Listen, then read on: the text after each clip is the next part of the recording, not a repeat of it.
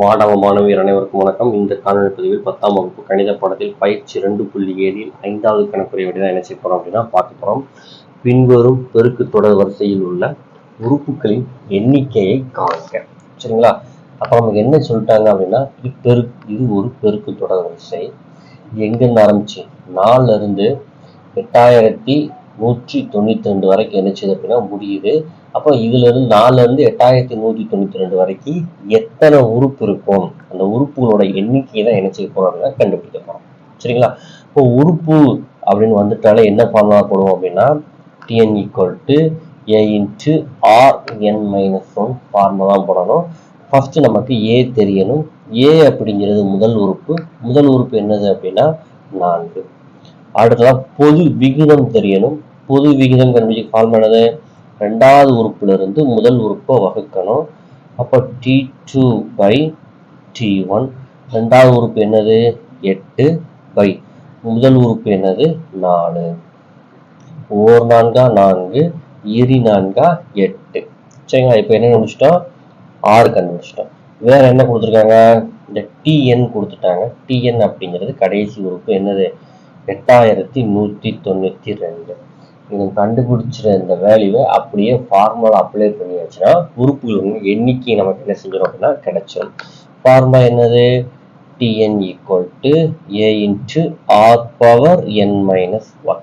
சரிங்களா? இப்போ என்ன வரும்னு பாருங்க, Tn என்ன வச்சிருக்கோம் 8192 ஏங்கிறது முதல் உறுப்பு. முதல் உறுப்பு என்னது 4. R அப்படிங்கிறது பொது விகிதம். பொது விகிதம் என்ன வச்சிருக்கோம் அப்படின்னா நம்ம 2ன்னு வச்சிருக்கோம். n-1 பவர்ல என்ன இருக்கு, n-1. சரிங்களா? அப்ப இங்கிட்டு பெருக்கலா இருக்கிறது ஈக்குவல்ட்டுக்கு இந்த பக்கம் போகும்போது எதாக மாறும் அப்படின்னா அது நமக்கு வகுத்தலா மாறும்.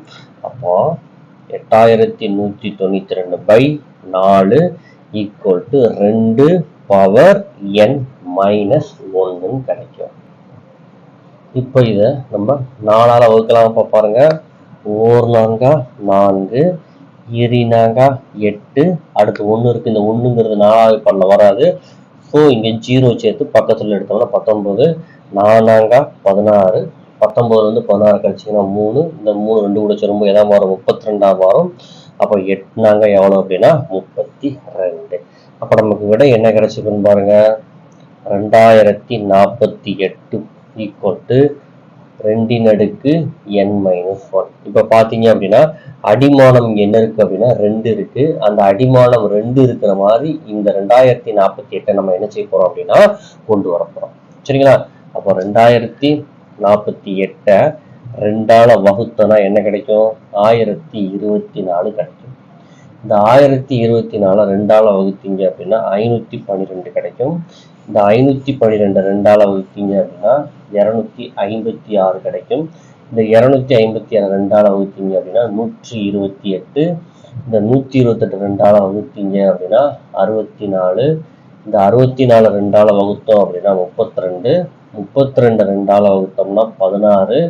இந்த 16 2ஆல வகுத்தோம்னா என்ன வரும், 8 வரும். 8 2ஆல வகுத்தோம்னா 4 வரும். இந்த 4 2ஆல வகுத்தா என்ன வரும் அப்படின்னா 2 வரும். இந்த 2 2ஆல வகுத்தா நமக்கு என்ன வரும் அப்படின்னா 1 வரும். இப்போ மொத்தம் எத்தனை 2 வருதுன்னு பாருங்க, 1 2 3 4 5 6 7 8 9 10 11. அப்போ 2048 எப்படி எழுதலாம் அப்படின்னா 2n-11 அப்படின்னு எழுதலாம். சரிங்களா? 2048 பதிலாக 2n-11 = 2 பவர் n-1. இப்போ அடிமானம் இங்க சமமா இருக்கா? இந்த 2 அடிமானம் என்ன ஆயிரும் அப்படின்னா கேன்சல் ஆயிரும். மிச்சம் என்ன இருக்குன்னு பாருங்க, 11 = n-1 இருக்கு. இப்போ இந்த -1 ஈக்குவல்ட்டுக்கு இந்த பக்கம் போகும்போது என்ன ஒண்ணா மாறும் அப்படின்னா +1 மாறும். இப்போ 11 + 1 = n. 11ஐயும் 1ஐயும் கூட்டினா என்னப்பா வரும், 12ன்னு வருமா? அப்போ n = என்ன கிடைச்சிருக்கு நமக்கு, 12 அப்படின்னு நமக்கு கிடைச்சிருக்கு. இதை எடுத்து எழுதுங்க. T12 = 8192. அப்ப அந்த பெருக்கு தொடர் வரிசையில மொத்தம் எத்தனை உறுப்புகள் இருக்கு அப்படின்னா 12 உறுப்புகள் உள்ளன. சரிங்களா? அடுத்ததா செகண்ட் இது பாருங்க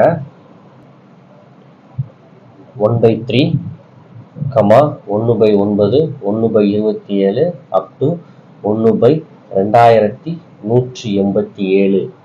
அப்போ இந்த பெருக்கு தொடர் வரிசையில் இருக்கக்கூடிய உறுப்புகளோட எண்ணிக்கை என்னன்னு கேட்டிருக்காங்க. சரிங்களா?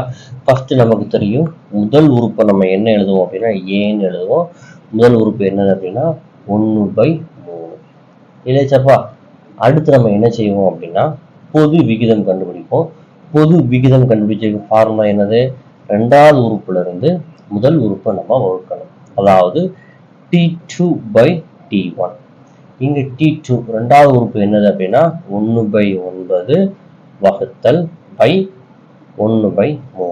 இங்க வகுத்தலா இருக்கிறது மேல போகும்போது எதா மாறும் அப்படின்னா பெருக்கலா மாறும், அதாவது தலைகீழா மாறும். அதாவது 1/9 அப்படியே இருக்கும்.